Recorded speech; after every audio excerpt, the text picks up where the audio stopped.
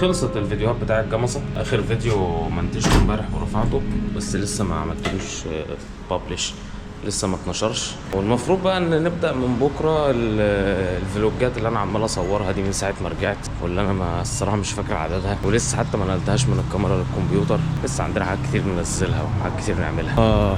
ايوه كده الركنه بالطول جميله. برضه لازم تلاقي ناس راكنه بالعرض. ماشي. عندنا احداث كتير نتكلم عنها، احداث كتير. يعني البنك المركزي بتاعنا خفض الفايده من كام يوم، وطبعا ده لان التضخم انخفض.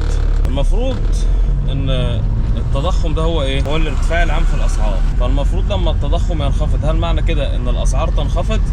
بسم الله. الاجابه لا، الاسعار مش تنخفض ولا حاجه. ليه؟ لان التضخم اصلا عالي. يعني بدل مثلا ما كان، يعني هقول لك، بدل ما كنت انت سخن درجه حرارتك 40 بقت 38، بس انت لسه سخن. فاهم قصدي ازاي؟ فالاسعار يعني مش معنى ان التضخم انخفض او ان الفائده انخفضت الاسعار هتنخفض. دي اول حاجه. الحاجه الثانيه، بسبب ارتفاع الاسعار وارتفاع تكلفه الاقتراض، كان في يعني مش حاله شبه ركود في السوق، او زي ما بيسموه كده الركود التضخمي، اللي هو الاسعار بتزيد ومحدش قادر يشتري، فالبيع واقف، والاسعار برضو بتزيد ما بتقلش لان التكاليف بتزيد. فكان لازم انه الفايده تنخفض شويه، لعل وعسى الركود ده يقل شويه. هل الركود هيقل؟ الحقيقه يعني مش عارف، مش عايز اهبط، بس هو في المجمل انخفاض الفايده مش امله، يعني مش حاجه كويسه برضه يعني. وطبعا ارتفاعها مش امله.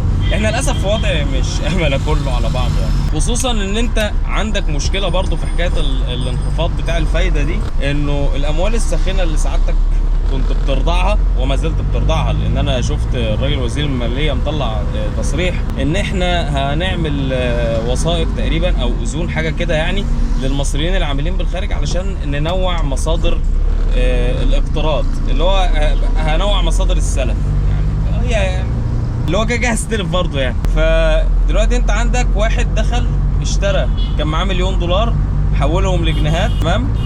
وقت ما كان مثلا الدولار قول ب50 جنيه، فال$1,000,000 دول عملوا 50 مليون جنيه. دلوقتي انت خفضت سعر الفايده وانخفضت العمله، حلو. فبقت النتيجه ايه؟ بقت النتيجه مثلا ان الدولار بقى ب40 جنيه، ماشي؟ يبقى انت الدولار عندي كان ب50 جنيه، بقى الدولار ب40 جنيه. الراجل ده لما دخل وجاب $1,000,000 حول على سعر دولار ب50 جنيه، تمام؟ لما الدولار بقى ب40 جنيه، الراجل ده لما يحب، مش لما يحب، هو بالفعل لما دام الفائده انخفضت هو هياخد بعضه ويتكل على الله. فهو دلوقتي هيحول ال50 مليون جنيه لدولارات. هياخد كام بقى؟ هياخد $1,400,000. يعني ايه؟ يعني انت تعمل ضغط على العمله الاجنبيه عندك بسبب الحركه الجميله دي. فهي كل حاجه يعني سلاح ذو حدين. وضع جميل، شيء لذيذ، شيء لطيف، ده انجاز رائع. وبعدين هنعمل ايه يا عم عمرو؟ ولا اعرف والله، ولا اعرف هنعمل ايه، والله لا اعلم هنعمل ايه. انا ذات نفسي مش عارف اعمل، مش عارف هنعمل. مشكله كمان انه مع زياده الاسعار، الناس اللي عامله شهادات او حاجه بتدر عليها عائد، فالشهادات دي طبعا هتتلغي زي ما الشهادات اللي قبل كده اتلغت، ويبقى في شهادات بعوائد اقل. يعني انا الاول كان عندي اسعار بتزيد وعندي شهادات ما بتغطيش طبعا زياده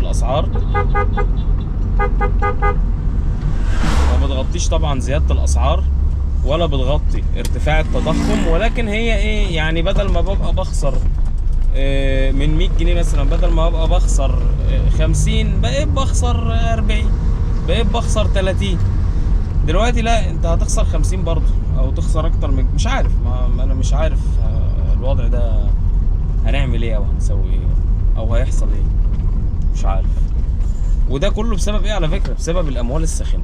لان انت الدولار بيقل، حلو قوي، الفايده كمان قلت، جميل جدا. اموال الساخنه هتطلب انها تخرج، هتيجي تخرج، هتعمل لك ضغط على العمله الاجنبيه. هتحل انت بقى اللي هو هتحلها ازاي بقى؟ ما هو لو ما كانش في اموال ساخنه كان زمان الوضع ممتاز على فكره، لو ما كانش في اموال ساخنه. انما الاموال الساخنه بلوى يعني، الاموال الساخنه بلوى، ومش عايزين نبطلها. احنا مش عايزين نبطلها يعني الراجل وزير ما يقول احنا هنعمل حاجات للمصريين بالخارج عشان ايه، ناخد منهم يعني بالدولارات برضه. ما فرقتش بقى يعني، انت العمله الاجنبيه عمله اجنبيه ايا كان مسمى اللي انت واخدها منه يعني هو انت عشان واخدها من المصريين هترجعهم، بدل ما ترجعهم دولارات هترجعهم شلنات وبراز، ما انت ترجعهم لهم دولارات.